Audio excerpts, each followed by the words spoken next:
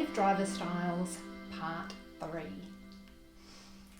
We're diving into understanding more about the creative energy and spark that drives your work, your choice of art on the walls, your ability to communicate with others what you're trying to achieve.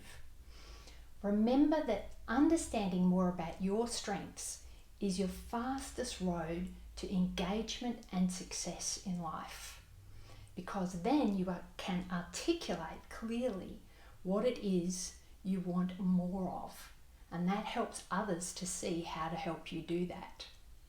So let's just take a step back and have a look at where we've been.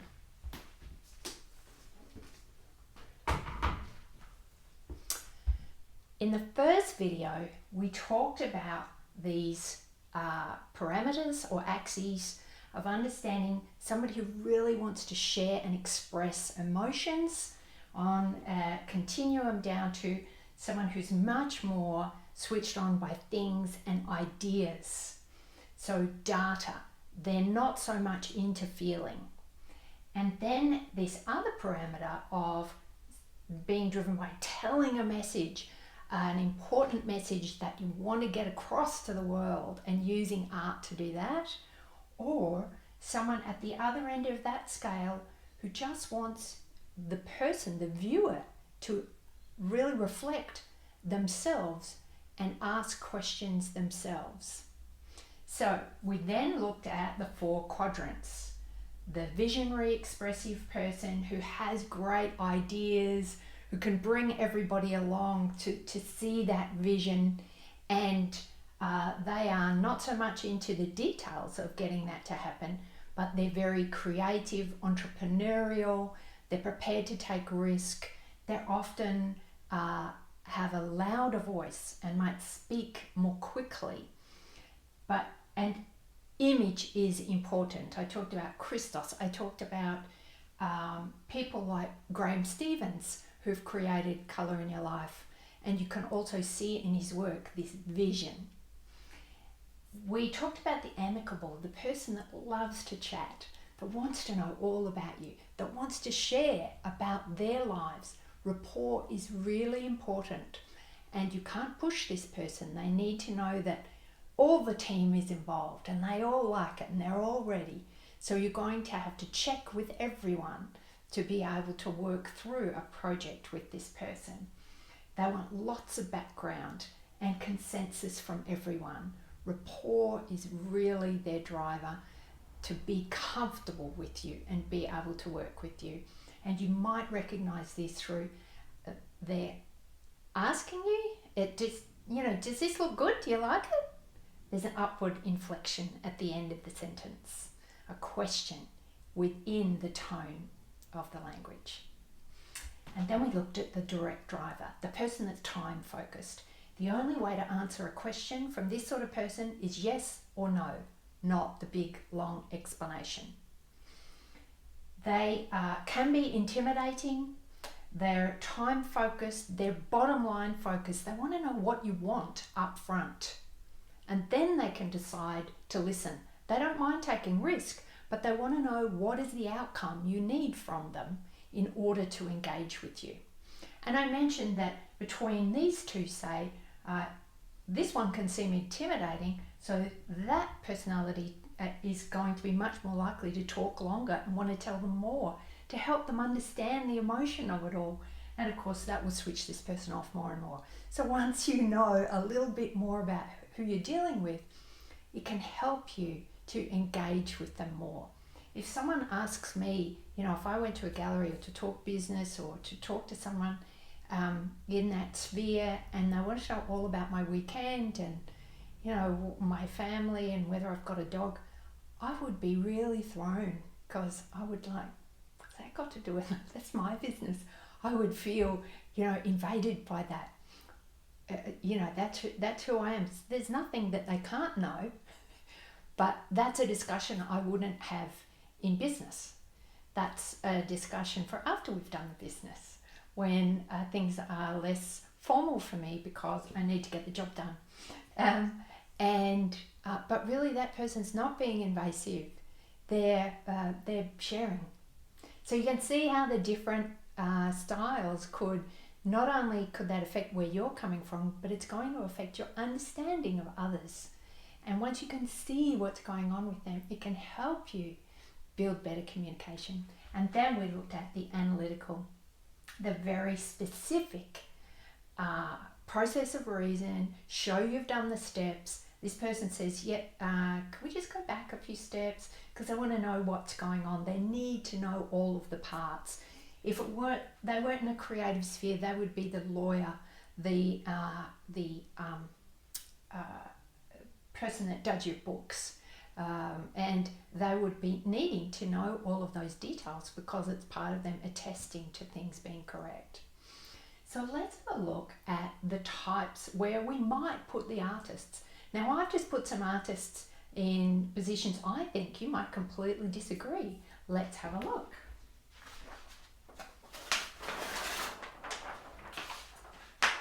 Now, when we're looking here at spontaneous, remember this is about expressing emotion. And I mentioned Graeme Stevenson, who has a worldwide TV show, but also when you look at his work, he has a vision for that business, but you can see the vision in his work. And I also thought of Matt Adnante when we look at these magnificent, huge murals. I used to catch the train, and in Richmond I'd see one of the lots and lots of buildings, and then you just see this magnificent face looking at you and the big eyes, and you connect with that emotion that is coming across and connecting you to Aboriginal Australia. Think of, if you can't see it in those things, think of the Scream, Edvard Munch, emotion, right? Just communicating. He was having actually a meltdown, and he's painted that, and we all know that portrait, that painting. So it's all about emotion, not necessarily happy emotion in that one. Where would we put Ben Quilty? I've got a question mark there. Look at his work. There's a lot of emotional communication, even though it's quite technical. I've put here Kathryn Barton. You might have seen some of her work in the Archibald Prize, and I was at the Archibald one day and going around all of the paintings, and if you've ever been to the Archibald, which is all portrait paintings, you'll see that they are so radically different. There are some that are technically specific. There are some that are really abstract. There's an awful lot that don't seem to even meet the parameters of the actual prize, which is always a point of controversy, which it seems that those involved in the trust actually foster. So when I looked at Kathryn Barton's work, and she had one this year, and I looked at all of the others, and I thought, okay, I really made an analysis, and I was talking to Chris McAuliffe, who's a professor at Camp ANU and one of Australia's leading art curators, and we were talking about what we'd seen, because we both tried to do an analysis of what is driving what's going on here in an exhibition, who gets chosen. And we agreed that I saw either the person was really famous, so very topical, or there was emotion in the talker, the explanation. And in her explanations of her work, there will be all of this, personal drama is going on, and this is what drove me to create this work. So that expression of delving into emotion and then sharing that emotion with others. So that really stands out to me in that work, is the emotion. It's not necessarily something I connect with at all, but I see what's going on because that's not where I come from. You see, so that also will be why we like or don't like or are drawn to certain kinds of work, something about our own drivers. Look at Vicki Sullivan's beautiful, precise, and in some senses romantic kind of portraits. Just so beautiful. Is it emotion that she's getting across with that? You know, to go the other way and just flip right out of the Australian artists, Picasso's Weeping Woman. When we look at that now, we know that Picasso was awful to the women in his life, and he's doing those paintings of women that have, you know, their eyes on the other side of the head, and they're really not beautiful. And then we find out that actually the painting is telling us more about the artist's attitude to women, not the women. So there's a lot of emotion going on, but it might not be the immediate emotion that we think is available. We've got to look a little step further. What was going on with the artist, perhaps? If I look at the work of Kim Leutwyler, she really has specific messages that she's telling us about the LGBTI community, and she's telling a story. She is a herald for people that she wants to get that message out there, the beauty of their life, and brightness as well as the depth. Look at Sol Kammer, who is painting about endometriosis. She's got a specific message to tell that she wants people to know about the difficulty, the pain, the isolation of the experience of endometriosis.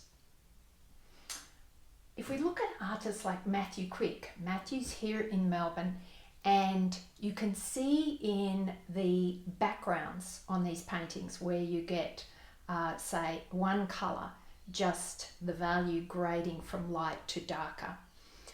And he was telling us that in one of the paintings he has made up already the paint colours, changing that value of colour. So we've made up 18 colours ready to get that grading to be really, really specific. But then he realised actually where you meld the two and blend those two lines together, you actually get another one. So, you know, now we're looking at 36. I mean, and I tried when he told us this, I went away and I made little pots of colour because I was doing the backgrounds in the leading women's profile. They all have a blue sky background, because what I'm saying is blue sky, they can go anywhere from here, there's no restrictions.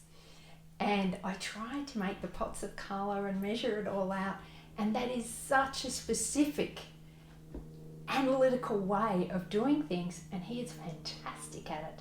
I'm not that analytical and that detail focused. I end up just blending it all, right? So I couldn't specifically come from there, but I so admire his ability to do so. And look at the clouds that he does. They're just absolutely exquisite. So where would we put Matthew because of that fabulous specific attention to detail? But also there's a vision and a story in there. Tsering Hannaford, look at her beautiful portraits. What message are they telling? Is it the exact precision? How much is emotion?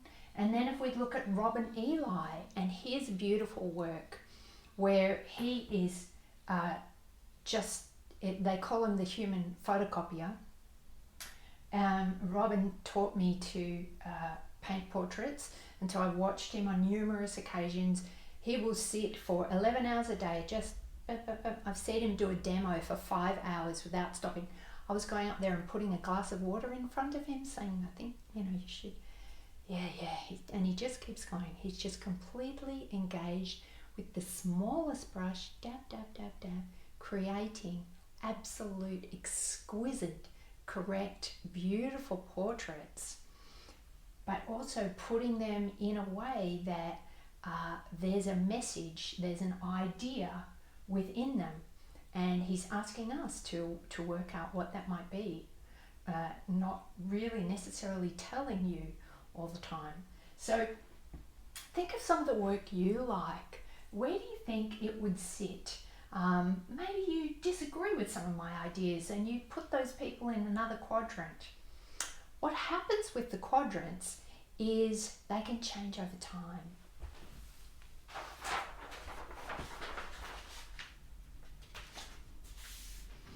I was actually at Columbia University in New York, and I had been using this method to think things through and teach it for, I don't know, about 13 years at that stage.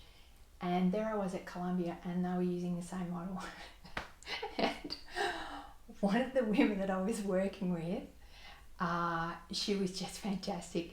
And when we looked at this model, she said, because, you know, obviously this goes beyond just being a creative, but I've used the basic material that's the same.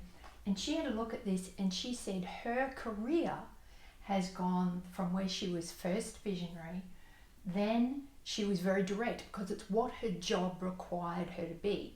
So when you've got a deadline, you've got an exhibition coming up, you've got a hell of a lot of work on, we tend to veer towards direct driver because we don't have much time for anything else. We've got to be really specific.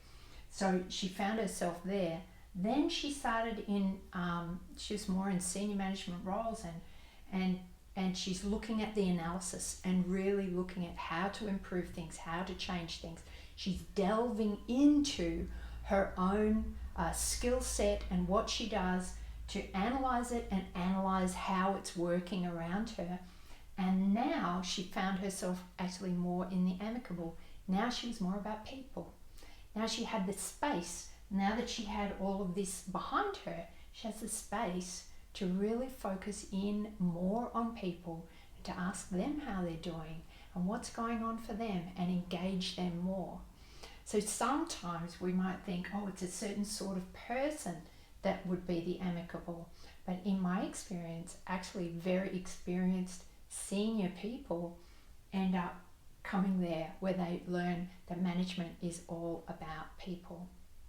And that's where their career gets to. So within us, life will be affecting us in a certain way that we tend to be operating more out of one of these quadrants. But the value of knowing this in particular, one, for helping us understand our own drivers, but also for helping us understand how to communicate with others. Okay, so you could have somebody who's just got great ideas, they shoot from the hip, they make things happen. And if they're working with somebody who's really analytical, they'll be like, no, we don't have the resources for that, we haven't got the equipment, we'd have to cut that down. Right? I actually used to work with a team in one of the universities that we had a team of, we were all people who would come up with great ideas, and then it was actually our admin person who, she was the one that was really analytical and would say, no, not to that, we haven't got time for that, we can do this, and bring it all back down. Okay, so it could be even the way you fit with the team will change where you sit. But it's important for us to take time in life to step back and to think about what's driving you, because there are moments in life where you're thinking, I don't know, am I just coasting along? Have I lost, my oomph or why I started this in the first place? So taking a moment to actually step back and articulate what's going on, that can help you see what is the next step to take and where to go from here. So thank you for joining me for Creative Driver Styles. I would love to hear your comments about where you might put the artists, and maybe famous artists or people that you know, you might be able to relate to them being in a certain quadrant. So do let us know, and keep in mind that I do have coming up a portrait course. So if you're interested in portraits and delving into connecting more and with people, honouring people more, then this might be the time for you to take on an online course in how to paint portraits. Thank you for joining me. I love to hear your comments and look forward to them.